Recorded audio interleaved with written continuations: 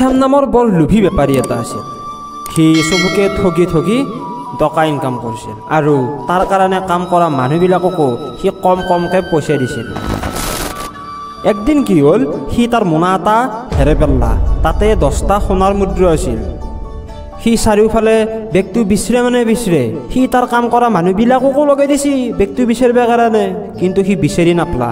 এনেকৈ বহুত দিন গেল। কিন্তু একদিন চাকৰৰ জীয়েক এটাই খেলে থাকোঁতে সেই বেগটো পালা ক'ৰবাত, আৰু তেতিয়া তাই বাপেকক দিলে। বাপেকে দেখিয়ে গম পাইছি এইটো যি মালিকৰ বেগ। সি মালিকৰ ওচৰত বেগটো লৈ গেল। মালিকে প্ৰথমতে বেগটো দেখি বিৰাট মনটো ভাল লাগছি। সি তাৰপিছত চালা বেগটোত থকা সোণাৰ মুদ্ৰাকেইটা আছে নে নাই। তাতে 10টা মুদ্ৰা আছিল। কিন্তু সি লোভ খামেৰ বেনৰি সি তাক ক'লা ইয়াতেতো 15টা আছিল, 5টা তই চোৰ কৰছে। এই কথা শুনি চাকতটোৱে কান্দিব ধৰিলে।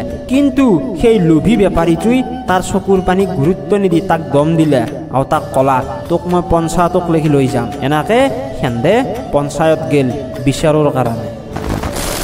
এনেকৈ গাঁৱত বিচাৰ বহিল, গাঁওবুঢ়াও আহিল, বাকী গাঁৱৰ মানুহবিলাককো আহিল। এইফালে চাকতটো আৰু সেই লোভী বেপাৰীটো থাকিল। গাঁওবুঢ়াই চাকতটোক সুধছি তই কি ইয়াৰ পৰাই চোৰ কৰছা নেকি? নাই কৰা, মোৰ আপিটোই এই খেলে থাকোঁতে এই বেগটো পাইছি। এনেকৈ মই চাওঁতে মইতো মালিকৰ বেগ বুলি ভাবি মালিকক দিলোঁ, কিন্তু মালিকে এতিয়া মোকে চোৰ বুলি সজবা আহিছে। তাৰপিছত গাঁওবুঢ়াই সেই লোভী বেপাৰীটোক সুধিলে বোলো আপোনাৰ বেগটোত কি মানে 15টা সোণাৰ মুদ্ৰা আছিল, হয়নে নহয়? তেতিয়া বেপাৰীটোৱে ক'লা হয়। গাঁওবুঢ়াটোৱে জানে সেই বেপাৰীটোৰ কথা, সি যি বস্তু লোভী। আৰু এই চাকৰটোক বচাবৰ কাৰণে সি এটা বুদ্ধি খেললা।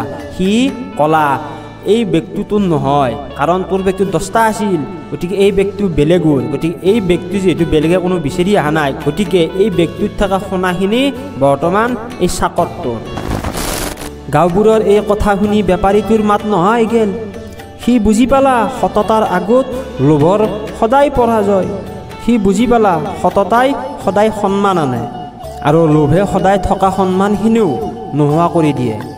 গতিকে সততাৰে আমি যিমানখিনি কাম কৰিব পাৰোঁ, যিমান ধন টকা পইচা আমি উপাৰ্জন কৰিব পাৰোঁ, সেইখিনি আমি কৰিব লাগে। লোভ কৰি আমি অসৎ পদ্ধতিৰে কোনো ধন টকা পইচা এইবোৰ কমাব নালাগে। ভিডিঅ'টো কেনেকুৱা লাগিলে কমেণ্ট কৰি জনাব।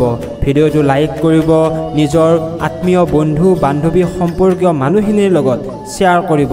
আগলৈ এনেকুৱা কাহিনী শুনি থাকিবৰ কাৰণে চেনেলটো ছাবস্ক্ৰাইব কৰিব। লগতে আপলোড দিয়াৰ লগে লগে নটিফিকেশ্যনটো পাবৰ কাৰণে বেল আইকনটো ক্লিক কৰি ল'ব। আগলৈ এনেকুৱা আৰু এটা কাহিনী লৈ আহিম। তেতিয়ালৈকে সুস্থ থাকক, সবলে থাকক আৰু আনন্দত থাকক। থেংক ইউ আজিৰ বাবে।